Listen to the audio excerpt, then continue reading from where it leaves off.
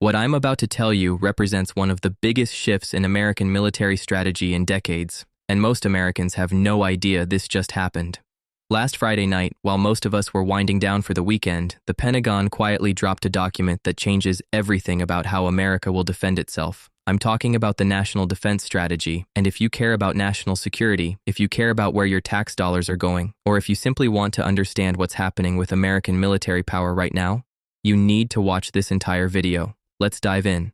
So here's what happened. On Friday evening, the Pentagon released its latest National Defense Strategy, or NDS for short. Now you might be thinking, okay, so what? The Pentagon releases documents all the time. But here's the thing. This isn't just any document. The National Defense Strategy is considered the foundational document for the entire Department of Defense. It's basically the blueprint that tells our military what their priorities are, where they should focus, and how they should allocate resources. And this new strategy? It's a complete 180 from what we've been doing.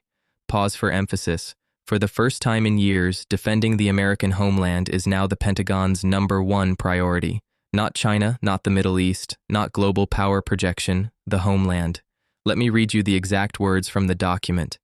As President Trump has said, the U.S. military's foremost priority is to defend the U.S. homeland. The department will therefore prioritize doing just that, including by defending America's interests throughout the Western Hemisphere. Now, I know what some of you are thinking. Wait, wasn't defending America already the top priority? You'd think so, right? But actually, no, and that's what makes this so significant. To understand why this is such a big deal, we need to go back and look at what priorities were before this. Back in 2018, during President Trump's first administration, the National Defense Strategy labeled China as a serious challenger in what they called an era of great power competition. The focus was heavily on the Indo-Pacific region, countering Chinese expansion and maintaining American dominance in that part of the world.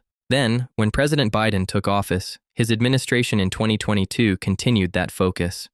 They kept China as the primary concern. Both Republican and Democratic defense establishments agreed. China in the Indo-Pacific was priority #1. The logic was simple. China was building artificial islands in the South China Sea, expanding its military, threatening Taiwan, and challenging American influence across Asia. So naturally, that's where we focused our attention and resources. But here's what was happening while we were so focused overseas. Our own borders were being overwhelmed. Fentanyl was pouring into American communities. Cartels were operating with increasing boldness. And threats in our own hemisphere, in places like Venezuela, Nicaragua, and even closer to home, were being largely ignored. Fast forward to 2025, and we have a new administration saying, wait a minute, we've been so focused on the other side of the world that we've neglected our own backyard. And that brings us to this new strategy. The new National Defense Strategy lays out 4 main priorities. And I want to break each one down for you because they're all important. Priority #1, defend the U.S. homeland. This is the big one. The strategy explicitly states that protecting America and the Western Hemisphere comes first. This means our borders, our maritime approaches, our airspace, and our cyber infrastructure. But it goes beyond just traditional military threats. This includes countering narco-terrorism, basically the cartels that are flooding America with fentanyl and other drugs. It includes protecting against cyber attacks. It includes ensuring that no hostile power can threaten American territory. War Secretary Pete Hegseth spelled this out very clearly at the Reagan Defense Forum last month. He said, and I quote, "After years of neglect, the United States will restore U.S. military dominance in the Western Hemisphere."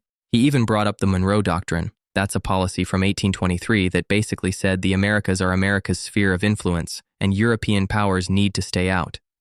Hegseth said, "Past administrations perpetuated the belief that the Monroe Doctrine had expired. They were wrong. The Monroe Doctrine is in effect, and it is stronger than ever." That's a strong statement. Now notice China is still here. It's priority #2. The Pentagon isn't ignoring the challenge that China represents. But, and this is crucial, the approach has changed. The key phrase here is, through strength, not confrontation. What does that mean? It means instead of constantly posturing, instead of aggressive military exercises, instead of confrontational rhetoric, the strategy is to be so strong that China doesn't even want to test us.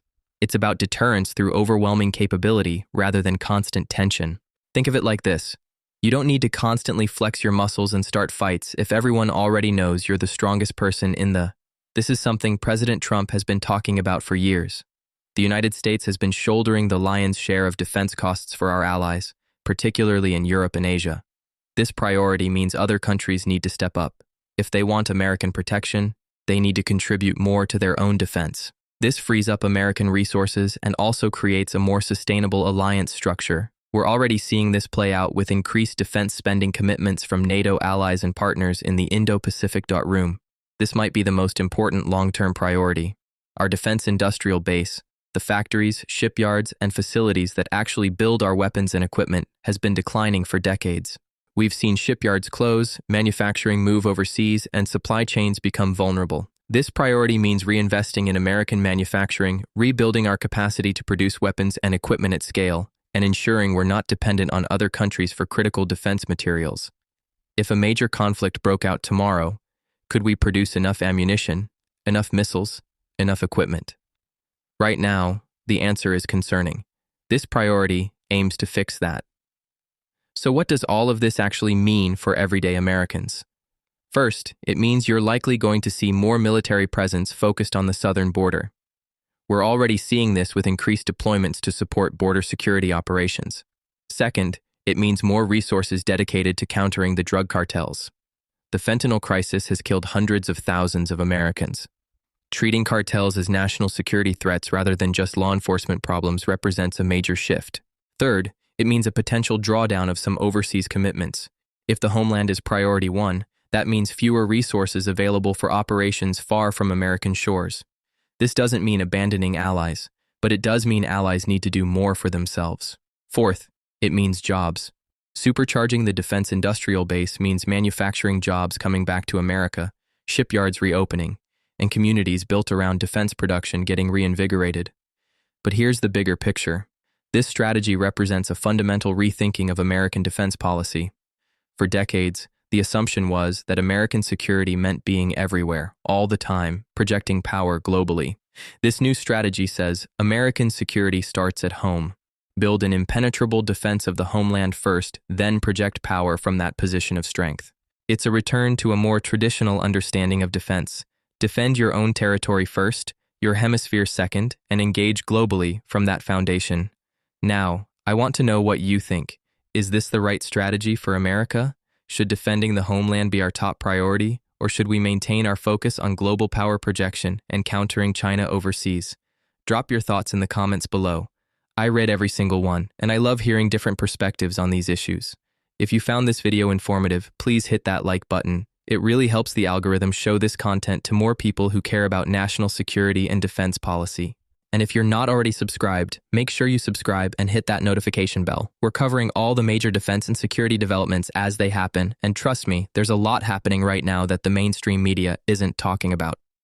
The Pentagon releasing this on a Friday night wasn't an accident. They knew this was going to be controversial. They knew this represented a major shift. But whether you agree with it or not, this is the direction American defense policy is heading.